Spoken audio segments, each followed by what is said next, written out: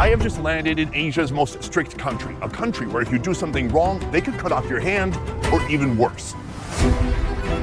So far in our Borneo series, The taste of the sambal. I think it's addictive. It's kind of like flavorful crack. They feel good when they have it. 24 hours later, they get itchy. I need that sambal again. We have a lot of infusion dish that we get from Indonesia, from Malaysia, but we make it unique with our own ingredients. Still, this small nation has been at the center of some big controversy. Easy way to stay connected is even better. After years of traveling for my full-time job, I have a few deal breakers. Airport Wi-Fi? No thank you. Swapping out physical SIMs for every trip. Brunei got a lot of bad press in the year 2019 because that is the year that this country enacted Sharia law. Sharia law is a very strict law based on Islamic beliefs and traditions. Oh no, that's good.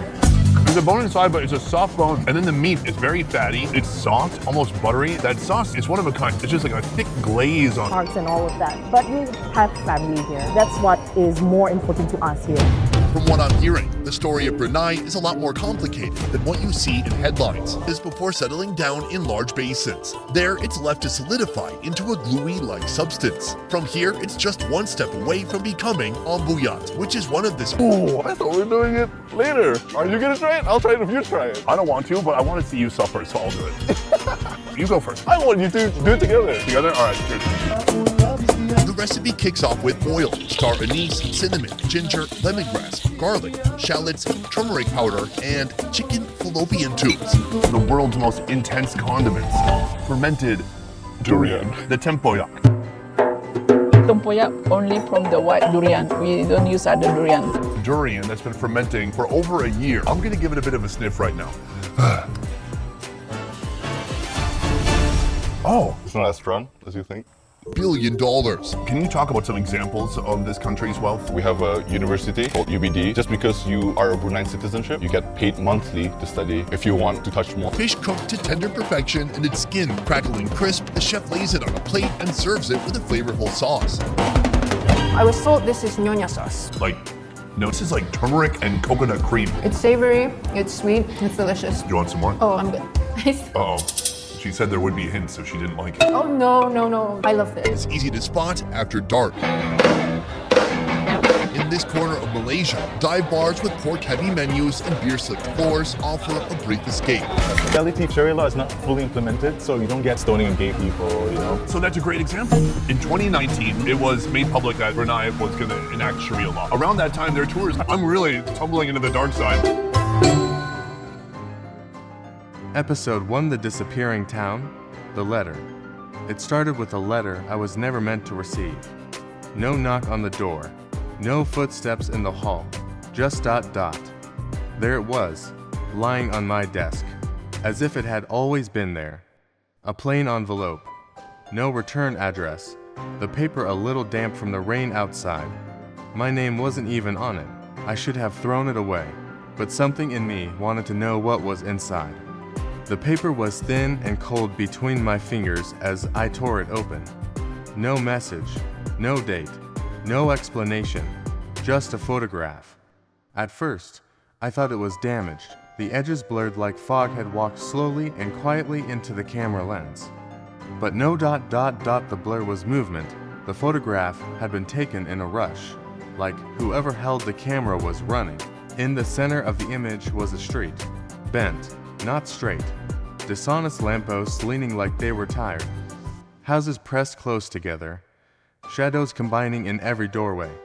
On the back of the photo, written in rough and sharp black ink, were the words, "Help us before it's too late." I typed the street name into my laptop. Nothing. I searched for the town. Raven Hollow. No results. No maps. No history. It wasn't on Google Earth. Wasn't in old news store houses of old things. Not even in plan that was put together secretly by a group of people forums. It simply ... didn't exist. I told myself it was a prank. Maybe some weird art project, but a part of me, the part that never lets go of a mystery, knew it wasn't. 2 days later, I packed my camera, a recorder, and enough coffee for a long trip. The drive started usually in a common and regular way enough. The hum of the engine, the hiss of tires on wet black road covering, the occasional farmhouse sliding past my window. But about 2 hours in, my GPS froze. The screen made mistakes. The little blue arrow spinning in place. Then, new roads appeared. Roads with names I'd never heard before. The sun had started to sink, painting the clouds with a dying light. When I saw the first sign, Raven Hollow, 12 miles, I slowed, staring at it.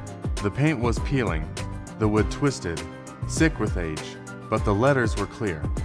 My chest tightened. For a moment, I almost turned back. Almost.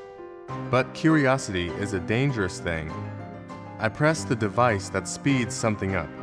The trees on either side of the road grew closer together, their branches tangling overhead, forming a tunnel that swallowed the last bit of daylight. The radio cut out. My phone lost all signal.